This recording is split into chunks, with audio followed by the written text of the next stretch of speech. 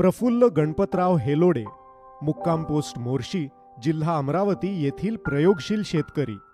त्यांचं शिक्षण पशुवैद्यक शास्त्रामध्ये झालं असून त्यांनी शासनाच्या 2 प्रोजेक्टमध्ये अत्यंत जबाबदारीनं काम केलं आहे.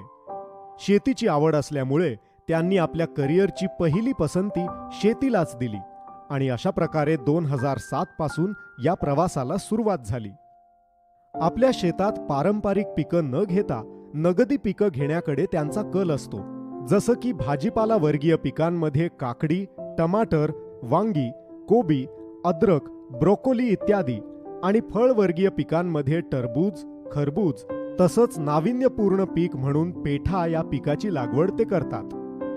आणि हो, आधुनिक पद्धतीचा अवलंब करून विक्रमी उत्पादन घेण्याचा यांचा मोठा हातखंडा आहे.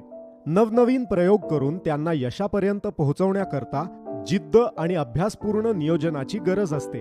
ते प्रफुल्ल योग्य रीतीने करत असल्यामुळे संपूर्ण अमरावती जिल्ह्यामध्ये त्यांना ख्याती प्राप्त झाली आहे. आपलं शेतीमधील ज्ञान अद्ययावत करण्यासाठी ते विविध ठिकाणी भेटी देत राहतात. जसं की छत्तीसगडमधील रायपूर आणि दुर्ग, महाराष्ट्रातील नाशिक, सातारा, सोलापूर आणि बारामती अशा विविध ठिकाणी भेटी देत असतात. तिथून नवीन माहिती शिकून त्या ज्ञानाचा आपल्या शेतामध्ये अवलंब करतात आणि हे ज्ञान ते आपल्यापर्यंतच सीमित न ठेवता परिसरातील इतर शेतकऱ्यांनाही मार्गदर्शन करतात. हे सातत्य त्यांनी गेल्या 10 वर्षांपासून जपलं आहे. त्यामुळे शेती क्षेत्रामध्ये करिअर करण्याकरता परिसरातील तरुणांचे ते प्रेरणास्त्रोत बनले आहेत. सोबतच आधुनिक शेतीला जोड म्हणून गेल्या 5 वर्षांपासून शेतकऱ्यांना दर्जेदार व निरोगी रोपांचा पुरवठा व्हावा या उद्देशाने द्वारका हायटेक नर्सरीची स्थापना केली आहे आणि त्या माध्यमातून परिसरातील शेतकऱ्यांना रोपांचा पुरवठा करून संपूर्ण मार्गदर्शन पण करतात. प्रफुल्ल आपल्या शेतीमध्ये एकात्मिक शेती पद्धतीचा अवलंब करून त्याद्वारे पीक पद्धतीत बदल करतात. जैविक आणि सेंद्रिय शेती पद्धतीचा वापर करतात.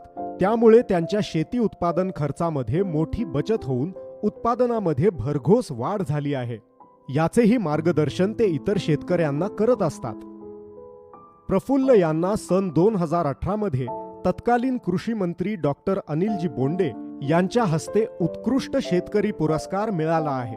तसंच राजीव गांधी विदर्भ स्तरीय कृषी रत्न पुरस्कार तसंच विविध ठिकाणी शेतीनिष्ठ पुरस्कारांनी प्रफुल्ल यांना गौरविण्यात आलं आहे.